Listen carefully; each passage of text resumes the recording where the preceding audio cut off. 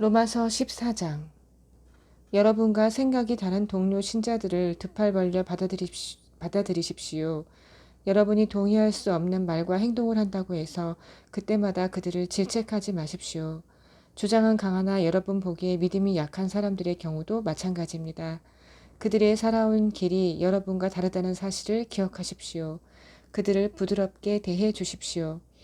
어떤 사람은 뭔가 아는 바가 있어서 신자는 식탁이 차려진 것이면 무엇이든 먹을 수 있다는 확신을 갖고 있습니다. 반면에 또 어떤 사람은 다른 배경을 가졌던 관계로 신자는 채식만 해야 하는 것이 아닌가 하고 생각할 수도 있습니다. 그러나 두 사람 모두 그리스도의 식탁에 초대받은 손님입니다. 만일 그들이 상대가 무엇을 먹는지 혹은 무엇을 먹지 않는지를 두고 서로 비난에 열을 올린다면 이는 참으로 무례하기 그지없는 일이지 않겠습니까?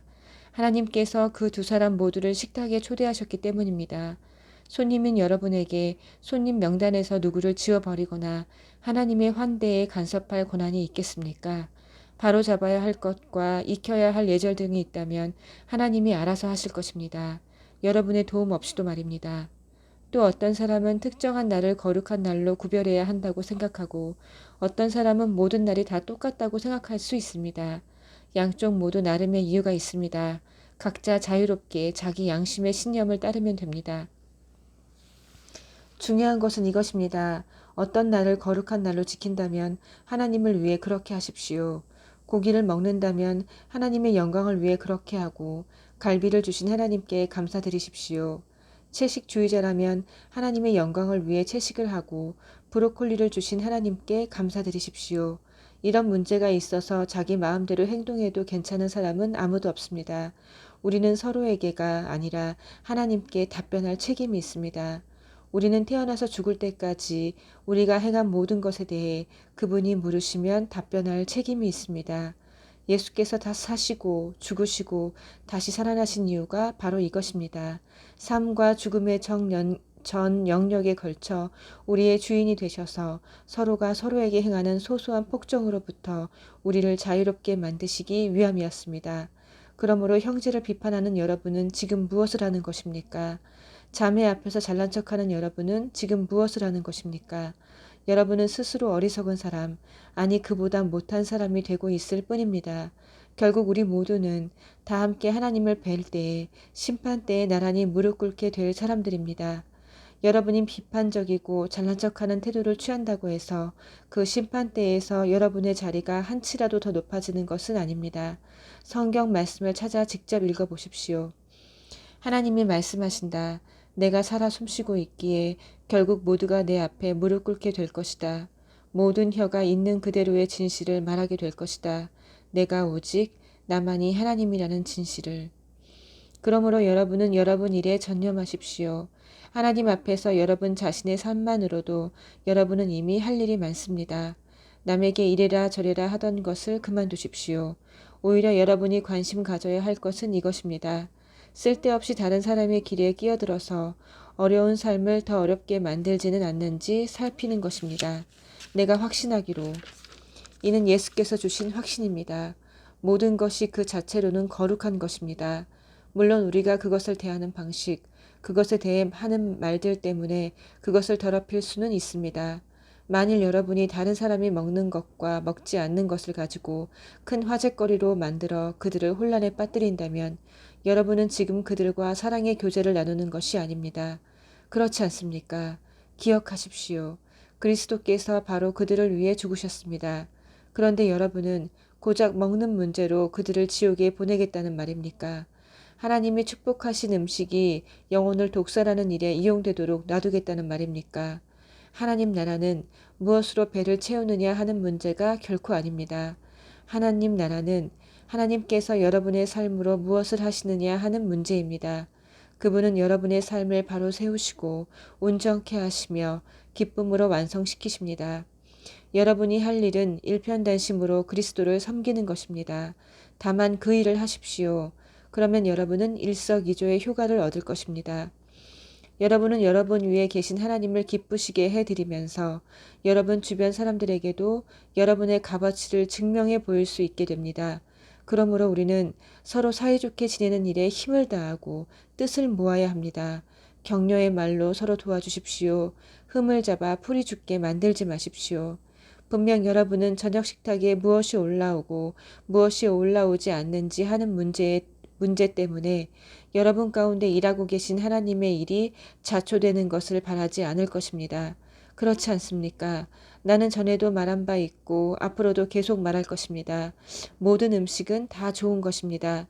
하지만 여러분이 그것을 나쁘게 이용한다면, 다른 사람들을 걸고 넘어뜨리고 때려 눕힐 목적으로 이용한다면 그것은 나쁜 것이 될 수 있습니다. 식사 자리에 앉을 때 여러분의 주된 관심은 여러분의 뱃속을 채우는 것이 아니라 예수의 생명을 나누는 것이어야 합니다. 그러므로 함께 식사하는 다른 사람들을 세심하게 배려하고 예의를 지키십시오. 마음껏 사랑을 나누는 일에 방해되는 것이면 먹는 것이나 말하는 것이나 그 무엇이든 하지 마십시오. 각자 하나님과의 관계를 가꾸어 나가되 여러분의 방식을 다른 사람들에게 강요하지는 마십시오. 만일 여러분의 행위와 신념이 일치한다면 여러분은 행복한 사람입니다. 그러나 그렇지 않다면, 여러분이 행하는 바와 여러분이 믿는 바가 일치하지 않다면, 어떤 날은 사람들에게 자신의 의견을 강요하다가 어떤 날은 그저 그들을 기쁘게 해주려고만 한다면, 그때는 여러분 스스로도 앞뒤가 맞지 않는다는 것을 잘 알 것입니다. 여러분이 사는 방식과 여러분이 믿는 바가 일치하지 않는 것은 잘못입니다. 15장. 우리 가운데 믿음이 강건한 사람들은 약해서 비틀거리는 사람들을 보면 다가가 손 내밀어 도와야 합니다. 그저 자기 편한 대로 살아서는 안 됩니다. 힘은 섬기라고 있는 것이지 지위를 즐기라고 있는 것이 아닙니다. 우리는 늘 어떻게 하면 도움을 줄 수 있을까 물으며 주변 사람들의 유익을 도모할 필요가 있습니다. 예수께서 하신 일이 바로 이것입니다. 그분은 사람들의 어려움을 외면한 채 자기 편한 길을 가지 않으셨습니다. 그분은 그들의 어려움 속으로 직접 뛰어드셔서 그들을 건져주셨습니다. 성경은 이를 내가 어려움에 처한 사람들의 어려움을 짊어졌다는 말로 표현하고 있습니다. 비록 오래전에 쓰여진 말씀이지만 여러분은 그 말씀이 다름 아닌 우리를 위해 쓰여진 말씀임을 확신할 수 있습니다. 하나님은 성경이 보여주는 하나님의 성품, 한결같고 변치 않는 부르심과 따뜻하고 인격적인 권면이 또한 우리의 성품이 되기를 원하십니다. 우리가 늘 그분이 하시는 일에 깨어있는 사람이 되기를 바라십니다. 믿어오시고 한결같으시며 따뜻하고 인격적이신 하나님께서 여러분 안에 성숙을 길러주셔서 예수께서 우리 모두와 그러하시듯 여러분도 서로 사이좋게 지내기를 바랍니다. 그럴 때 우리는 합창대가 될 것입니다. 우리 소리뿐 아니라 우리 삶이 다 함께 어우러져서 우리 주 예수의 하나님이시자 아버지이신 분께 우렁찬 찬송을 부르게 될 것입니다. 그러므로 여러분은 하나님의 영광을 위해 서로를 두 팔 벌려 받아들이십시오. 예수께서 그렇게 하셨습니다. 이제 여러분이 그렇게 할 차례입니다. 하나님의 목적에 늘 충실하셨던 예수께서 먼저 유대인들에게 특별히 다가가셔서 그들의 조상이 받은 옛 약속들을 실현시키셨습니다. 그 결과로 이방인들이 자비를 경험하고 하나님께 감사드릴 수 있게 되었습니다. 우리에게 실현될 성경의 그 모든 말씀을 한번 생각해 보십시오. 그때 나는 이방인들과 더불어 찬송 부르리라. 주님의 이름을 향해 노래하리라. 또한 이방인과 유대인 모두가 함께 즐거워하여라. 또한 모든 나라 사람들아 하나님을 찬양하여라. 모든 피부색, 모든 인종의 사람들아 마음껏 찬양을 올려라. 이사야도 말했습니다. 우리 조상 이새의 뿌리가 땅을 뚫고 나와 나무만큼 크게 자란다. 어디서나 누구나 보고 소망을 품을 수 있을 만큼 커다란 나무로 자란다. 아, 생생한 소망을 주신 하나님께서 여러분을 기쁨으로 가득 채우시기를, 평화 가득하게 하시기를, 그리하여 여러분의 믿음의 삶이 생명 주시는 성령의 힘으로 가득해져서 소망이 차고 넘치시기를. 개인적으로 말하면 나는 여러분과 여러분이 하는 일에 대해 대단히 만족하고 있습니다. 내가 보는 바로는 여러분은 의욕도 넘치고 훈련도 잘 받았으며 서로에게 안내와 조언을 해주는 일에 있어서도 무척 유능합니다. 그러니 사랑하는 친구 여러분, 다소 거친 내 말을 비판으로 받아들이지는 말아주십시오. 이는 비판이 아닙니다. 나는 다만 하나님께서 내게 주신 이 특별한 과제를 수행하는데 여러분의 도움이 얼마나 절실한지 강조하는 것일 뿐입니다. 하나님의 성령으로 온전해지고 거룩해진 이방인들로 하여금 하나님께서 받으실 만한 제물이 되도록 그들의 영적 필요를 채우는 것이 나의 제사장적 복음 사역입니다. 지금까지 된 일과 또 지금껏 지켜본 바를 돌이켜볼 때 고백컨대 내 마음은 무척 흡족합니다. 아니, 예수 안에서 실로 자긍심을 느낀다고 말할 수 있습니다. 물론 오직 예수 안에서 느끼는 자긍심이지만 말입니다.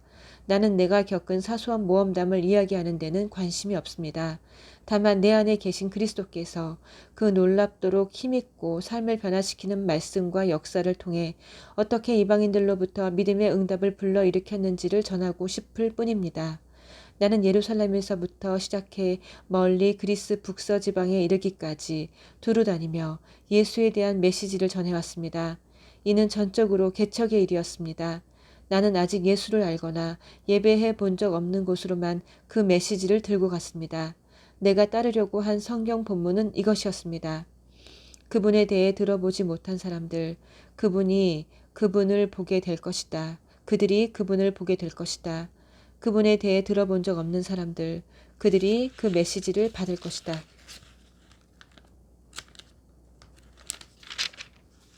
바로 이런 이유로 내가 마침내 여러분을 방문할 계획을 세우기까지 이렇게 오랜 시간이 걸렸던 것입니다.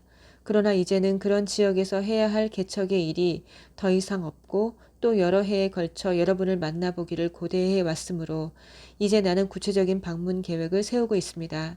나는 스페인으로 가는 길인데 도중에 여러분에게 들러서 즐거운 시간을 갖고 또 여러분이 베풀어주는 하나님의 복을 가지고 다시 길에 오르게 되기를 기대하고 있습니다. 나는 그 전에 먼저 예루살렘으로 가서 거기서 예수를 따르는 사람들에게 구제 헌금을 전달할 것입니다. 북쪽으로는 마케도니아로부터 남쪽으로는 아가야에 이르기까지 모든 지역의 그리스 사람들이 예루살렘의 가난한 신자들을 돕기 위해 마음을 모아 헌금했습니다. 그들은 기쁜 마음으로 이 일을 했는데 이는 그들이 마땅히 해야 하는 일이기도 합니다. 그동안 예루살렘 공동체로부터 흘러나오는 영적 선물을 풍성히 얻어 누려온 것을 생각할 때 그들이 그 공동체의 가난을 덜어주기 위해 힘을 다하는 것은 지극히 당연한 일입니다.